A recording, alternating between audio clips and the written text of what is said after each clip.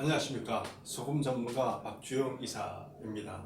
이번 시간에는 이 결석이라는 문제를 가지고 신장결석, 요로결석, 결석이라는 문제가 있죠. 이 결석이라는 문제를 가지고 이야기를 좀 해보도록 하겠습니다. 제가 이 결석 얘기를 하는 이유는 이 결석에 이제 칼슘이라는 것이 이제 영향을 미치고 이게 이제 소금의 어떤 미네랄이기 때문에 이야기를 좀 하고자 합니다. 사람들이 이 결석에 대한 공포들이 다 가지고 있기 때문에 이 칼슘을 이 결석을 만들기 때문에 칼슘을 적게 먹어야 된다라든가 또 혹은 소금을 먹지 말아야 된다라고 이렇게 생각하시는 분들이 많이 있습니다. 그래서 이 칼슘과 결석과의 관계, 소금과의 관계를 가지고 우리가 이 결석에 안 걸리고 살아가는 위해서는 어떻게 해야 되는가 하는 문제를 가지고 같이 고민을 좀 해보도록 하겠습니다. 사람들이 이제 이 결석이 이 신장 결석이든 요로 결석이 되든 뭐가 됐든 간에 이 결석이 이 칼슘으로 되어 있다라고 이제 알고 있습니다. 결석도 종류가 여러 가지가 있는데 한 80% 정도는 이 칼슘으로 되어 있다고 그래요. 보면은 나머지 20%는 뭐 다른 거 단백질로 되어 있는 것도 있고 여러 가지가 있는데 우리가 주로 고통을 받는 건 이 칼슘으로 된 이 결석이기 때문에 고통을 받고 있고 완전히 힘들어하고 그렇습니다. 자, 그러면은 이 결석이라는 게 도대체 왜 생길까? 라는 걸 가지고 우리가 한번 고민을 해보죠. 이 신장결석이 이 결석이 왜 생길까? 이 칼슘이라는 친구는 우리가 모두 매일 일상적으로 섭취를 하고 있는 미네랄입니다. 그죠? 근데 어떤 사람은 이 결석에 걸리고 어떤 사람은 안 걸리고 평생 아주 잘 살아가고 있습니다. 그래서 많은 사람들이 이 칼슘을 많이 먹어서 이렇게 결석에 걸린다고 알고 있습니다. 이런 원리적 근거는 뭐냐 하면은 이 결석에 여러 신장결석에 걸린 사람들의 피를 분석을 해보니까 이 혈액 속에 칼슘이 많더라. 이 신장결석에 걸린 사람이나 요로 걸린 사람 보니까 이 혈액 속에 칼슘이 많이 있더라. 그러니까 이 칼슘이 많아서 이게 걸리는구나 이렇게 생각을 하는 거죠. 자, 그러면 문제는 그거예요. 현대의학의 많은 부분이 이 현상을 보고 그냥 진단을 하고 대중요법적으로 치료를 합니다. 그러면 생각을 해봐야 돼. 왜 이 혈액 속에 칼슘이 많을까라는 문제를 가지고 고민을 해봐야 됩니다. 이쪽에서는 현대의학에서는 많이 먹었으니까 칼슘이 많은 거 아니냐 이렇게 생각하기 때문에 그럼 먹지 마라 이렇게 결론이 나는 거예요. 근데 그런 사람들이 결석에 걸린 사람들을 보니까 진짜 칼슘을 많이 먹어서 그러느냐 라고 해서 확인을 해보니까 그렇지가 않다라는 거죠. 오히려 이 칼슘이라는 것을 적게 먹은 사람들이 이 결석에 걸리는 경향들이 있더라라는 거죠. 자, 그러면은 칼슘을 적게 먹었는데 왜 혈액 속에는 칼슘이 많이 있고 이 결석에 걸릴까? 이 문제를 가지고 우리가 다시 고민을 해봐야 되겠죠. 이 메커니즘은 이렇게 됩니다. 칼슘은 우리가 지구상에 많이 있어요. 조개 껍질도 칼슘이고, 석회석도 칼슘이고, 시멘트도 칼슘이기 때문에 이 지구상에 칼슘이 엄청나게 많이 있어요. 그래서 우리가 음식을 먹을 때 음식에 알게 모르게 조금씩 들어가고 있어서 칼슘을 상당히 많이 먹고 있고, 뼈 있잖아요. 생선 뼈든 모든 뼈들이 다 칼슘으로 되어 있기 때문에 우리가 칼슘을 많이 먹어요. 그런데 현대에 들어오면서 이 음식에서의 칼슘 양들이 점점 줄어들고 있어요. 왜냐하면 가공을 많이 하고 여러 가지 그런 과정을 통해서 돼 있고, 예를 들면 우유 같은 경우 우리가 칼슘이 많이 들었다고 알고 있는데 우유를 그냥 생이 아니고 이거를 저온 살균하잖아요. 근데 살균하는 과정에서 이 칼슘이 변화돼가지고 흡수가 잘 안 되는 것으로 바뀌기도 하고 가공하고, 그 다음에 또 우리가 이 산성 음식을 많이 먹어요. 식이나 음료, 이 쉽게 말하면 탄산음료 이런 것들, 콜라 이런 것들, 이 산성 음료나 음식을 많이 먹기 때문에 이런 것들 때문에 우리 몸에서는 이걸 중화시키기 위해서 칼슘이 필요해요. 이 칼슘은 점점 필요성이 드러나고 있는데 들어오는 칼슘 양은 줄어들고 있다. 우리 갑자기 이제 이런 산성 음식에 산성 음료를 먹고 이런 상황에서 몸에 칼슘이 이제 필요해진 거죠. 이걸 중화시키기 위해서. 근데 몸에는 칼슘이 적게 있어요. 우리 몸 곳곳에는 다 칼슘이 있어요. 심장에도 칼슘이 있고 혈액속에도 칼슘이 있고 뇌에도 칼슘이 있고 곳곳에 다 포진하고 있어요. 근데 거기 있는 걸 빼올 수가 없잖아요. 뇌에 있는 칼슘 빼올 수도 없고 심장에 가 있는 칼슘을 빼올 수도 없고 빼올 수가 없어요. 그러면 어떻게 하느냐? 이 부갑상선 호르몬에다가 명령을 내립니다. 어디서 빼오냐? 뼈에서 빼오라 그래요. 뼈. 우리가 뼈가 칼슘으로 되어 있잖아요. 칼슘인 뭐 이런 걸로 되어 있는데 주로 칼슘이죠. 이 뼈에 있는 칼슘을 빼가져와서 임시로 변통을 해서 이런 산성 음식이나 음료라든지 이런 부분이라든가 부족한 것을 가서 땜빵을 해버립니다. 이 땜빵은 이제 끝났어요.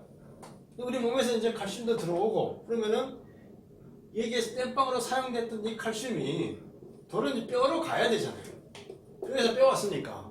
이래가지고 이게 안 들어가면 이제 뼈에 골다가 뭉쳐 생기는 이런 문제가 생기는 거예요. 뼈로 가야 되는데 뼈로 가려 그러면은 나왔으니까 그냥 들어가 이렇게 안 된다는 거죠.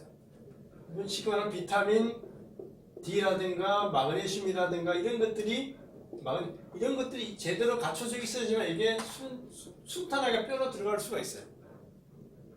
근데 이런 비타민 D라든가 마그네슘이나 이런 미네랄이 없으면은 얘가 못 들어가고 이제 방황을 하는 거죠. 계속 혈액을 타고 돌아요. 혈액을 타고 도는 거죠. 혈액을 타고 빙글빙글 돌다가 어쨌든 혈액을 타고 도는 상황이 되면 문제가 생기잖아요. 혈액에 이제 칼슘 농도가 올라가죠. 혈액에 이게 칼슘 농도가 올라가요. 그럼 어떻게 하느냐? 이제 신장에서 이게 혈액 칼슘 농도가 높으니까 안 돼. 이제 빼버려야 된다라고 이제 신장에서 거르는 작업을 하는 거죠. 신장에서 이제 이 사구체라는 데서 거르는 거죠. 여기 들어와가지고 이제 빠져나가야 돼요. 그래서 이 소변으로 나가야 되는 거예요. 버려야 돼요. 이게 칼슘이 혈액 속에 많이 돌아다니고 있으면 안 된단 말이죠. 이게 농도를 맞춰줘야 되니까. 근데 이 칼슘은 뼈에서 사용하고 나온 칼슘이에요. 뼈에 들어갔다가 나온 칼슘이기 때문에 다른 것보다가 이 뭉쳐지는 게 되게 잘해요. 우리가 음식을 통해서 바로 먹은 칼슘하고 뼈에서 한번 뽑아 나온 칼슘하고 좀 달라요. 그러다 보니까 이 통과를 해야 되는데 이 통과를 잘 못해요. 그러다 보니까 여기서 돌면서 이제 뭉쳐지면서 억지로 이제 빠져나오는 거예요. 그래서 이 신장에 돌멩이들이 이렇게 생기는 거예요. 한번 입자가 생기면 여기 또 붓고 해가지고 이제 커지는 거죠. 그게 여기서 신장에 있다가 이제 요로로 나가면 요로 결석이 되고 신장에 쌓이면 이제 신장 결석이 되고 이렇게 생기게 되는 거죠. 근데 기본적으로 아까 있지만은 이 칼슘이라는 애가 몸에서 부족해서 빼온 거를 뼈로 다시 돌려보내야 되는데 그 돌려보내기 위한 미네랄과 비타민이 없다 보니까 혈액에서 농도가 올라가고 근데 신장에서 그러면 혈액 농도가 올라가면 안 되니까 신장에서 걸러서 내보내야 되는데 이 뼈에서 빠져나온 칼슘은 이쪽 칼슘하고 이제 생긴 게 다른 거죠.